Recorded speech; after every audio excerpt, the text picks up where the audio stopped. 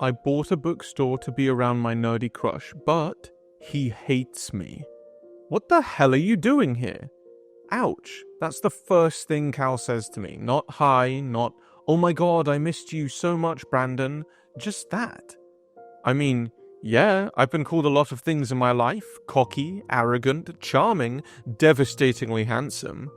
Okay, maybe that last one's just me. But hearing my college crush look at me like I'm a fly in his morning coffee? Yeah, that stung. I lean casually against the counter, smirking. A warmer welcome to the new owner of the bookstore would have been nice. Cal freezes mid-swipe of his glasses, his signature nervous move when I'm around. His wide brown eyes lock onto mine, and for a moment, my heart skips a beat. But then, the spell is broken. New owner? He sputters, voice higher than usual. You better be kidding me. Nope. Welcome your new boss, I say, enjoying this a little too much. I look at Cal, who seems like he's just living his worst nightmare. See, Cal has this talent for looking at me like a broken pencil, useless and annoying, which is ironic considering how I am totally head over heels for this guy. He was my junior in college, and from the moment I saw him, he's been stuck in my head like a song I can't shake. How did this happen? So, about a year ago, he walked into the library during my study session. Yes, I do study sometimes, and it was game over for me. The wild curls, the sarcasm when he muttered something about the jocks hogging the good seats, and the way his eyes lit up over the tiniest of things like first editions and coffee. Over the months, I tried everything to impress him. Grand gestures, compliments, flirting. I went all out. But Cal, he brushed me off like a speck of dust on his spotless glasses. Of course, it hurt, but I never stopped trying. How could I when it was him? So after my college graduation, when my dad wanted to hand me the reins of the family business, I rather asked to buy the bookstore, the one Cal worked at, as a new add-on to the already thriving business empire. Just so I could see Cal every day. A little extreme, I know, especially considering the way Cal was glaring at me now. You can't be serious, Cal mutters. Oh, I'm very serious, but don't you worry, you'll warm up to me soon. After all, I have all the time to make sure of that, I said, flashing him one of my most charming smiles, the one that had girls and boys in a spell, but of course, not Cal. 'Cause he just turned around to hide behind a stack of books, muttering under his breath. Well, this was going to be fun. 3 days. That's how long it's been since Brandon decided to ruin my life. Well, decided is a strong word. He probably didn't plan on making my life a living hell, but here we are. The last year of college was supposed to be peaceful, especially with him graduating, but apparently my life can't be that easy. Now I have to see this privileged, spoiled brat every day at the bookstore. It's not like I wanted to see him, honestly. I'd rather be lost in books than deal with Brandon's grand gestures and obnoxious flirting. The bookstore was supposed to be my sanctuary. Now it's like a never-ending reality show starring the last person I ever wanted to see. These past few months, Brandon's been relentless, trying to impress me with everything. Flowers, cheesy compliments, over-the-top flirting. The guy tries, I'll give him that, but he's everything I hate. Rich, arrogant, and entitled. Everything's handed to him on a silver platter, while I'm here, a scholarship student far away from home, working hard to scrape together enough for rent and food. Not to mention that one time in college when Brandon accidentally humiliated me in front of the whole class. I was studying for a foreign language exam and he walked by, laughing and shouting. Need a translator for that? As if I couldn't even handle basic grammar. Everyone laughed, thinking it was hilarious, but I just wanted to disappear. So, yeah, to say I'm not thrilled about him owning the bookstore is an understatement. He doesn't belong here. He doesn't understand this place or what it means to me. He's just here to flaunt his wealth. Lost in my thoughts, I barely notice when Brandon walks up to me, practically bouncing. What do you think of this? He says, shoving a huge pink neon sign in my face. I blink, and for a moment, I'm not sure if I'm seeing things or if it's just too early. The sign is obnoxiously bright, flashing like it could be seen from space.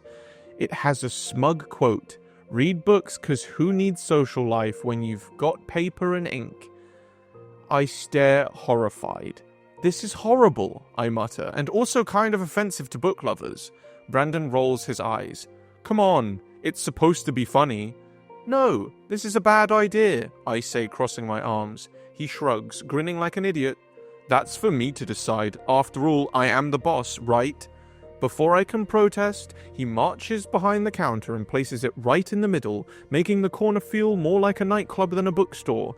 I just stand there, fuming. Gosh, this is going to be a nightmare. Oh my god, the neon sign was just the start. It's been a week and I've had just about enough of Brandon and his shiny new ideas. He's on a mission to turn this bookstore into some kind of overpriced, flashy cafe with a side of books.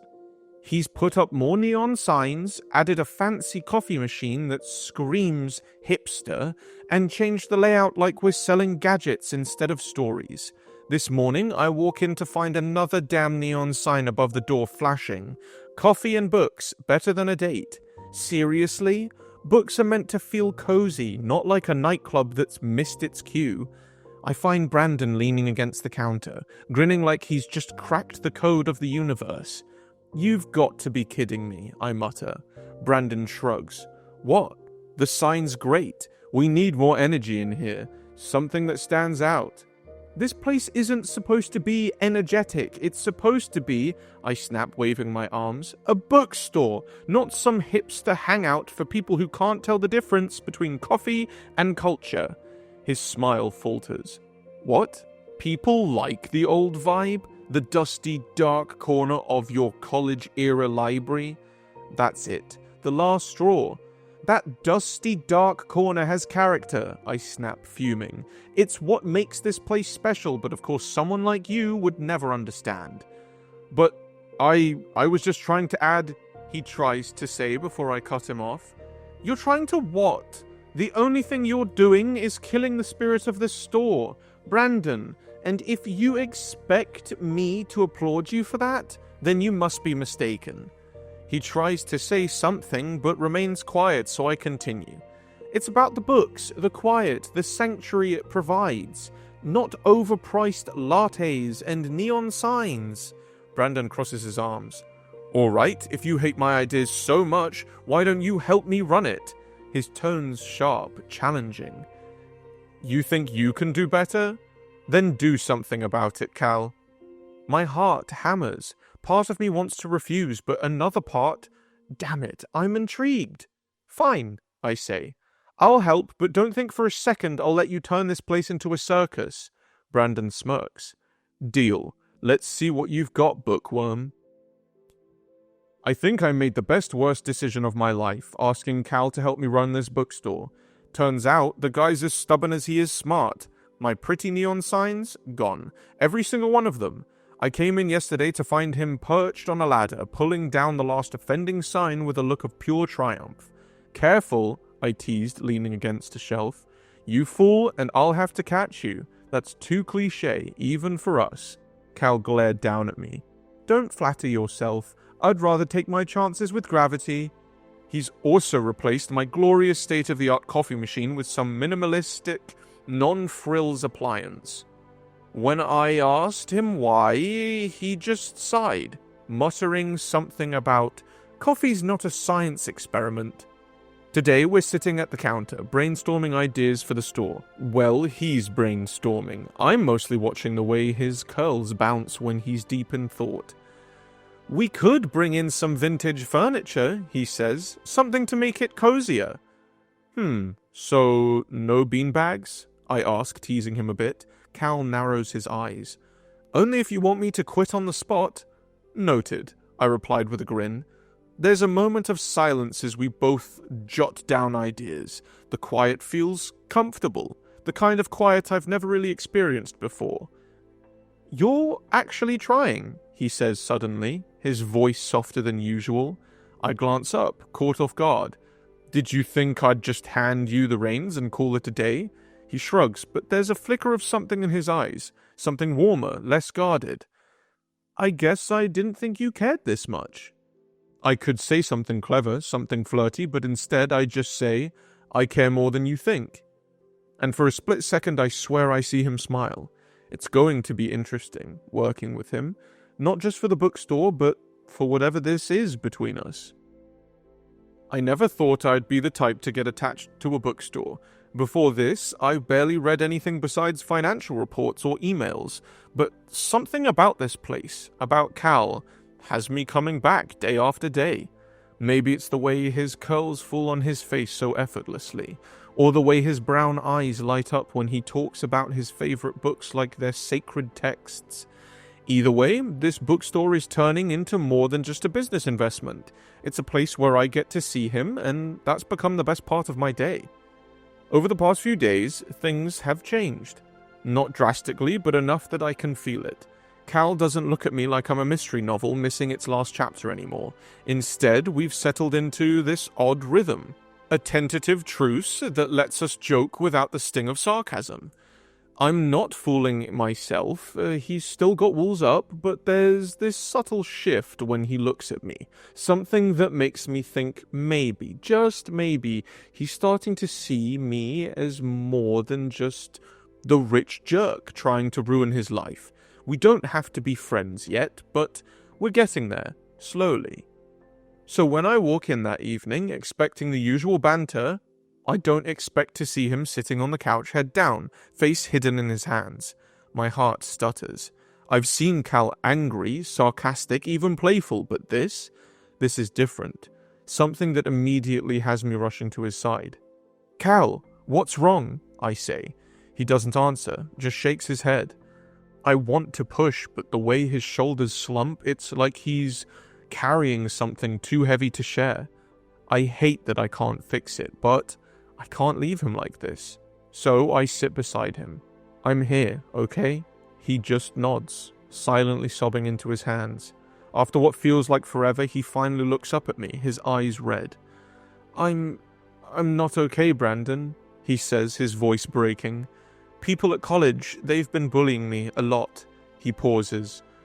It's not just that, though. I hated you, you know. Sometimes I wished I could be like you, so people wouldn't treat me like that. Rich, untouchable, so I wouldn't be the one they picked on. His voice cracks again, and it feels like a punch in the gut. He exhales, shaking his head as he speaks. And that day in college when you joked about me in front of the whole class, it made it worse. I just wanted to be invisible, and you just made me feel so small. His words hit harder than I ever expected. I get it in a way I never have before.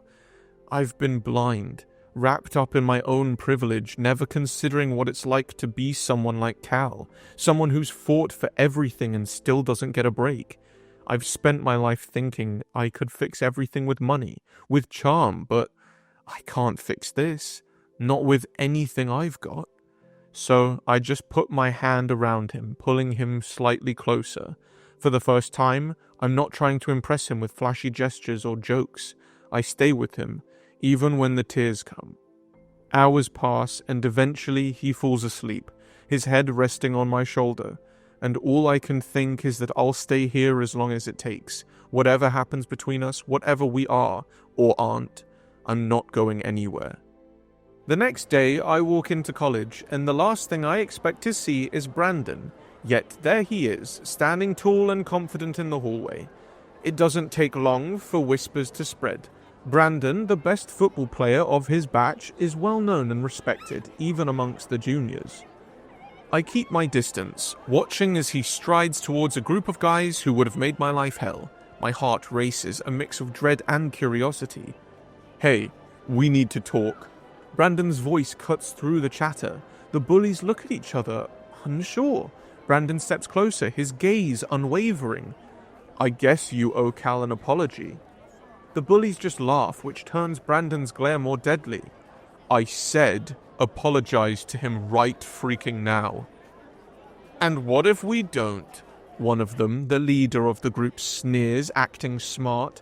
Brandon doesn't flinch. He takes another step forward, his presence intimidating.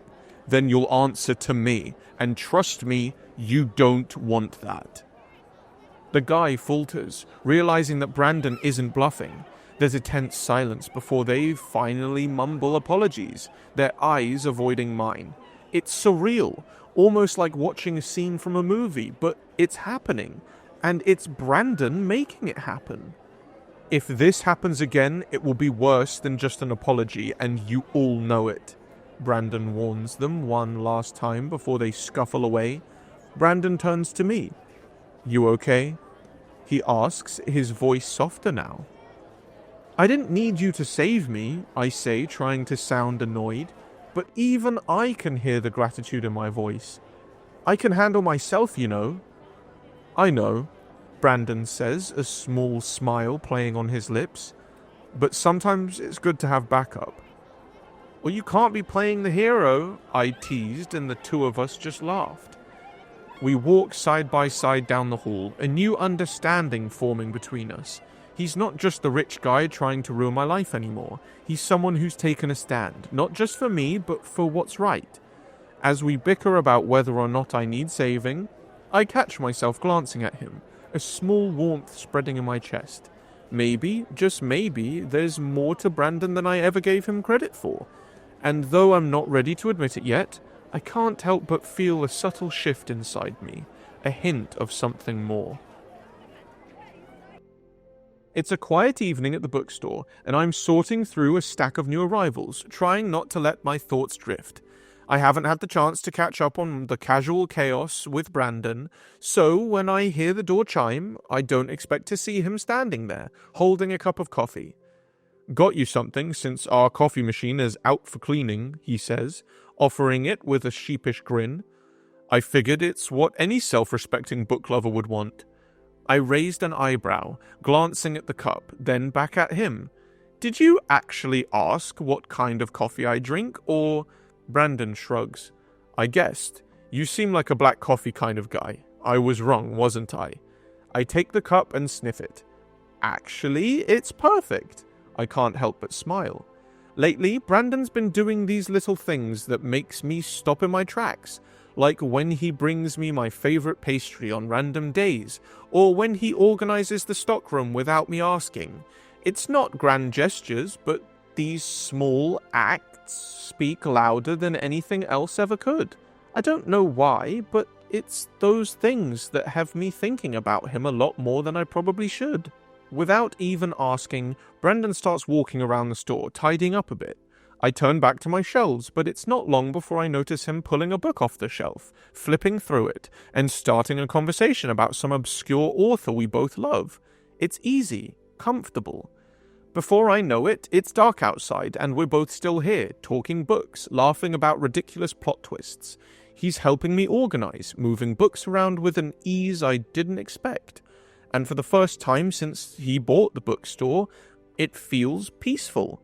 I might even be starting to like it with him around, and, well, maybe starting to like him too. Just a little. I rearranged the shelves again. It's becoming my thing. A few new cozy corners, some armchairs, a little more of that, stay a while vibe. I can practically see the whole place transforming with each small change. Cal gave me the okay on the book club idea, and I don't know why, but seeing him nod in approval felt like a small victory. It's like I'm watching him slowly crack his walls open, one small change at a time. We're sitting in one of the new corners now, our coffee cups nearly empty, talking about new ideas when I catch him looking at me. His expression's soft, more relaxed than usual. The moment stretches longer than it should, like there's something unsaid, hanging in the air between us. I reach for my coffee, but my eyes keep drifting back to him. He looks at me again, his gaze lingering a little longer. Without thinking, I lean in until there's no space between us. My lips brush against his soft ones just for a light second. Just as I was about to lose myself in the moment, Cal pulls back. He clears his throat, rubbing his palms together nervously. I'm sorry. No, I'm stupid. I shouldn't have done that, I say, trying to avoid Cal's eyes, but he surprises me, placing his hand on my cheek. Don't be silly. I feel it too, he whispers. What do you mean? I ask, my heart pounding. Whatever this is between us, these feelings, we're not just friends, he says, and on a cue, a smile starts forming on my lips. But, of course there's a but, I chuckle. I know you've liked me for some time now, but I don't do this dating thing often, so would it be okay if we take things slow? No rush? He says, sheepishly, and the innocence in his voice got me falling for him all over again. It would be more than okay, as long as it's you, I say, smiling. Cal looks relieved, happy even as he wraps his arms around me, pulling me in for a hug. Thank you. I'd do anything you say if this is how I get rewarded. He laughs softly. We stay like that for a while before I finally break away, but not before placing a soft kiss on the top of his head. I could get used to this. To us. The past week has been nothing short of blissful. To my surprise, Brandon's been true to his word, respecting my wish to take things slow. Sure, there were moments that made my chest ache in the best way, like when he brushed his fingers over mine while handing me a cup of coffee, or when he'd caught me staring at a particularly hideous display of romance novels and said, deadpan, looks like your taste in books, only to burst into laughter when I threw a bookmark at him. And then there was the spontaneous, non-date he'd convinced me to go on. A late-night picnic in the park with sandwiches from the food truck across the street. He'd even brought a flashlight to read under, claiming that stargazing was overrated. It had been perfect. Too perfect. Now I was in the back of the bookstore organizing a new shipment of poetry books, smiling like a fool in love thinking about those moments. That was when I heard the front door slam open, followed by a sharp, harsh voice. So, this is the damn bookstore you've been wasting your time on. I froze. Dad, what are you doing here? Brandon's voice was tense. Stopping you from making the biggest mistake of your life. The other man, his father, I realized, snapped. You're throwing your future away for this pathetic little shop? Do you have any idea how much money you've already wasted on this? For what? A phase?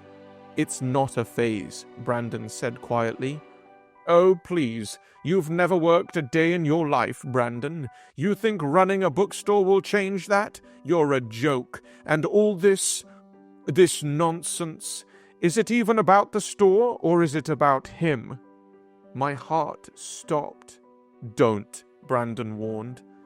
You think I don't know about that guy? What's his name? Cal or something? He's the reason you're playing this little fantasy, right? God, Brandon, he's a nobody, a poor little nobody who will drag you down with him. You're going to lose everything, and for what? Someone who isn't even worth it? Silence. Brandon didn't say a word, and that silence was deafening. It was like a punch to the gut, confirming what I'd feared all along. When it came down to it, Brandon would always choose his family, his wealth, and his shiny, perfect world over someone like me. His silence was louder than any words he could have spoken, a clear agreement that I wasn't worth the fight. And maybe he was right. I wasn't stupid. I knew how people like Brandon's father saw people like me. Poor, unremarkable, disposable. No matter how hard I worked, how much I tried, I'd never belong in Brandon's world. Eventually, his father left, the door slamming shut behind him. I stepped out from the back, my chest tight and my blood boiling. You didn't say a damn thing. Brandon turned, his expression caught somewhere between guilt and confusion. Cal, You let him insult me. Stand there and let him call me a nobody, a poor little nobody. Was he wrong? Or were you just too scared to lose your precious money? That's not what this is about, isn't it? I cut him off, my voice cracking. I was stupid to think you cared, but I'm just a distraction for you, aren't I? Something fun to play with while you figure out your next big move. Cal, that's not fair. No, What's not fair is me wasting my time on somebody who doesn't even have a spine to stand up for the people he claims to care about. I stepped closer, my anger mixing with the insecurity I'd buried for years. I can't do this. I can't work for such a selfish man who cares about no one but his perfect little world. I quit. Before he could say anything else, I turned and walked out, slamming the door behind me. Last night, I tried to stop Cal, tried to call out, to explain, to beg him to stay, but by the time the words formed, he was gone. And now I was here, standing in this bookstore that felt too empty without him. It had only been a day, but it had felt like I'd been living in this hollow version of the world for weeks. The shelves were still lined with books, the smell of coffee lingered faintly in the air, and the little Staff Picks sign Cal had written in his neat, blocky handwriting still hung in its place. But it wasn't the same, because he wasn't here. I slumped against the counter, staring blankly at the register, my mind replaying every word he'd said. He was right. I stood there and let my father rip him apart, calling him a nobody. And I'd said nothing. Not because I didn't care. God, I cared. But because the moment my father started talking, all those old instincts kicked in. The ones that had been drilled into me since I was a kid. Don't talk back. Don't disappoint the family. Don't risk the empire. But I didn't want the empire. I wanted this. I wanted the creaky floors and the messy shelves and the stacks of books I'd never have time to read. I wanted the late nights reorganizing inventory and debating terrible romance novels. More than any of this, I wanted Cal. Hell, I needed him. The phone rang for the 100th time since the morning, breaking me out of my thoughts. My father. He had been calling me non-stop, trying to talk sense into me. I let it ring, ignoring it like the rest of the calls. I knew what I had to do. By the evening, I was sitting in my dad's office, looking straight into his eyes as he berated me for throwing my life away. I couldn't take it anymore, so I snapped. "I'm done," I said, my voice steady. "I'm quitting the business, and I'll pay back every cent you gave me for the bookstore. I'll figure it out, but I'm not living the life you want for me anymore." His voice rose, shouting, threatening how I was nothing without him, but I didn't care. I just got up and walked out of his office, feeling lighter than I had in years. Now, there was only one thing left to do. I was sitting cross-legged on the creaky couch in my tiny one-room apartment, a half-melted tub of ice cream in my lap and an emotionally devastating novel in my hands. It was supposed to be a distraction, something to stop my brain from replaying every second of yesterday's disaster. Spoiler, it wasn't working. I'd just reached the part where the main character's dog dies, of course, when the doorbell rang. I froze. It was almost 10 p.m. No one came to my place unannounced. Tub of ice cream still in hand, I opened the door and nearly dropped it. Brandon, standing there looking like he'd just fought a war and barely come out alive. His hair was a mess, his shirt was wrinkled, and his eyes? God, his eyes were all puffy and red. "Cal," he said, his voice breaking on my name. "Please, I need to talk to you." I wanted to slam the door in his face, but something in his expression stopped me. "You've got 5 minutes, I said, crossing my arms. He didn't waste them. "I know I screwed up. I should have stood up for you. I wanted to, but I froze. I've spent my whole life being scared of disappointing my father, of losing the safety net, but I've realized something." He stepped closer, his voice trembling but sure. "I don't care about the money. I don't care about the family business. I quit, Cal. I walked away. I'm going to make the bookstore work, and I'm paying him back every cent he gave me. But I can't do it without you. I need you, not just for the store, though God knows I'm useless without you, but because you're the only person who sees me for who I am. You're the reason I found myself again." I stared at him, heart pounding, the anger slipping through my fingers, no matter how tightly I tried to hold on to it. "And what happens when it gets hard?" I asked, my voice soft but sharp. "What happens when I'm not enough?" "You are more than enough," he said, stepping even closer. "You're everything. Please, Cal, don't give up on me, on us." Something broke in me then, all the walls I'd built up crumbling. I set the ice cream aside, grabbed him by the shirt, and kissed him. "Okay," I whispered against his lips. "Let's do this together." Things were finally starting to feel normal, or at least as close to normal as you can get when you're dating the guy who once drove you absolutely insane. Officially dating Brandon was unexpectedly nice. He was attentive, surprisingly thoughtful, and yes, still annoyingly charming. He'd even started remembering where the fiction section ended and the non-fiction began. Progress. We were both working hard to keep the bookstore afloat, determined to pay his father back as soon as possible. When Brandon walked in that afternoon, looking pale and rattled, I knew something was wrong. "My dad," he said, his voice tight. "He'd just called. He's giving me a week. If I don't pay him back, he's selling the bookstore to someone else." The weight of those words hung between us, and for the next few hours, we just sat there, drowning in silence. Every idea we tossed out, getting a loan, asking for more time, selling off some inventory, felt impossible, and for a while, I started to worry. Maybe we couldn't save it. Maybe this was it. But then, it hit me. "What if we have a fundraiser?" I blurted out. Brandon blinked. "A fundraiser? Think about it. We've built something here, a community, all because of your book club. And the regulars, they love this place as much as we do. Let's ask for their help. If we organize something big, maybe we can raise enough money to make it work," I said. Relief flooded his face, and for the first time in hours, he smiled. "You think they'd do it?" I nodded. "They will. They love this place, Brandon, and so do we." Here's to hoping love and a lot of goodwill were enough to save what we'd built, 'cause losing what was at stake was not an option for either of us. I collapse on the couch after a busy day at the bookstore. Yes, the fundraiser was a success. When we announced how uncertain the future of the bookstore was, people came through. Regulars, members from the book clubs we hosted, all showed up and made their contributions. Not only did I pay my father back, but we were able to make some much-needed additions to the store. Now, customers are flowing in, and we're gaining traction like never before. Ugh, hectic day, I mutter, glancing over at Cal, who plops down beside me with equal exhaustion. Understatement of the year, he replies, tossing his legs onto my lap like it's the most natural thing in the world. Without missing a beat, I start massaging them, earning a satisfied groan from him. "All thanks to your playpen idea. It's working great. I'm so proud of you," Cal says, grinning ear to ear. His words hit me like a wave of warmth. I grin back.